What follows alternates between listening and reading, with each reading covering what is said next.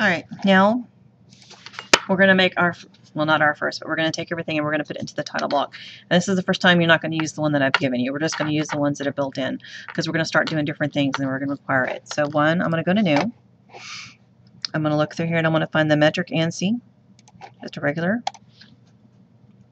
And we're going to start placing things in. The first thing I'm going to do is I'm going to right click and I'm going to edit the sheet because I want it to be a D-size sheet. I could change it to A, B, C, whatever I needed. For just this case, we're going to do a D-size sheet. And let's go place a view. So I'm going to go open the first one. The first one I want to place is the arm. And I want you to see what happens when I place the arm here. And I want you to notice the orientation that we have going on here. And I don't need this view, so I'm just delete it. This is not the orientation that I'm supposed to have. Oh my goodness, what do I do? Alright, so I'm going to go open the arm. Here it is. A little home so I can see. And what I'm going to do, I'm going to use my little cube to move it around so that I see the view that I want to be the front view. This should be my front view. See, right now it's identified as the back. I'm going to right click, set the view as front. And then I'm going to do save. Save as. Nut. Same thing if it was going on the ring, I can set it in there. So arm. Delete. Let's go try this again. So I'm going to go find the arm. And I'm going to place the arm. Top view, right side view, isometric, right click, create. Okay, good. I want to repeat the process. Now I'm going to go find the nut. Now I want you to notice that it automatically made the nut really, really big, assuming you wanted it that big. We're just taken to a 1-to-1 front view, top view, side view, isometric, right click, create. Okay, very good. And I always like my isometrics to be shaded because it just works better for me. Looks realistic. Now I want the assembly, and I'm going to make it larger because I'm trying to show what does it look like. So again, I'm going to repeat the process. I just go browse. I'm going to go find. I'm looking for the Arm Nut Assembly.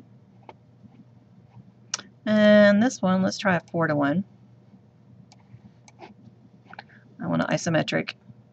And that is obviously not the correct way. That's not pointing in the right direction. I don't want this. What do I do? How do I fix it? Well, again, I open up that assembly. Again, use my little home. Use my different manipulations on my cube so that I get the view that should be the front view. Right click on the square, view is front, and save.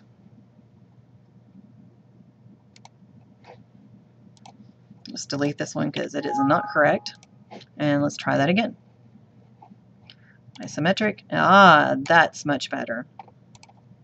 Okay, and double click and tell it to be shaded again. Also. Alright, next I want to change this title block and I want the information changed here. The way I do that is I go right in here and I go to my properties. You should be used to this by now. And you would change it. So for an example, this one would be the Arm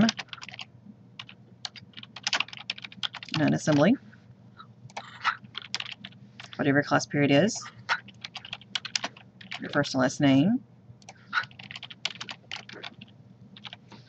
Conner High School. And you can set different things in as they needed to be. File type, whatever, custom. There's so many different ones that you could go in and set as we need to. And I want you to notice down here that they did. It's kind of hard to see, so let's zoom in. There you go. So it has your name, information on there. Ta-da, done. Now the last thing you need to do is you need to annotate it, which means you need to dimension it to match. So if you pull up the example, you're going to go in and dimension it. So I go to my annotate. Again, I like to zoom in and focus on one view at a time. And you're simply going to go through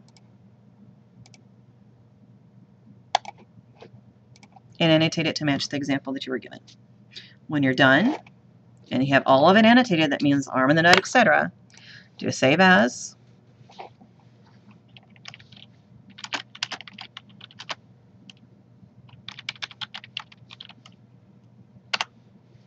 There it is. And don't forget to export it as a PDF and submit it into Moodle. Congratulations, you completed your first drawing on this one.